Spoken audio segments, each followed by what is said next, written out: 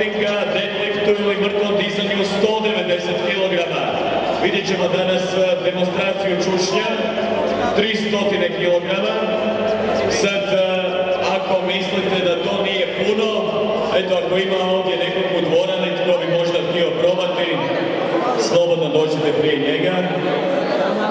Dakle, ako ima majstora koji misli da može dići 300 kg ovako iz čušnja, izvolite, nemojte se hvalisati okolo kasnije, već dođite sada ovdje ispred nas. Nema nikoga, Hrvoje. Dakle, ipak ćeš morati sam. Jedan veliki pljesak za naših majstora. Prije čega ćemo da se pripremi. Riječ je o powerliftingu. Disciplini koja je počela još tamo 70-ih godina. Prvog specijalnog gosta večeri, Hrvoja Sinovca, popratiti jednim velikim pljeskom. Ajmo, majstore!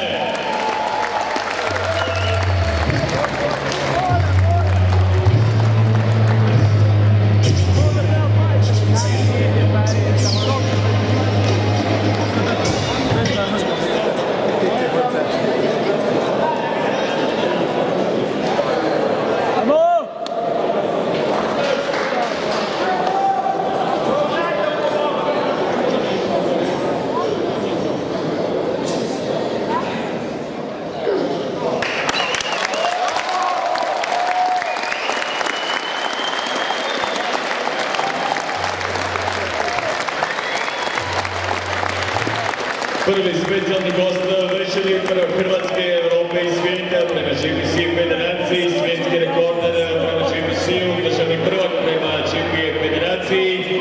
Za njega poklon jednog od sponzora ovog eventa, Fitness In. Pozdravit ćemo ga ovdje u ringu, kroz plavi kut će nam u ringu ući Hrvoje Sinovec.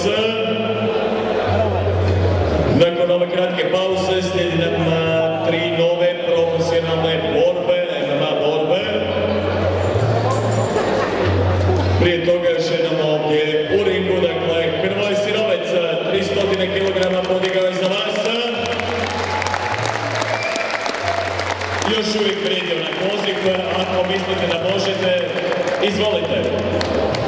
Čestitke, želimo još puno uspjeha majstoru powerliftinga Hrvoju Sinovcu.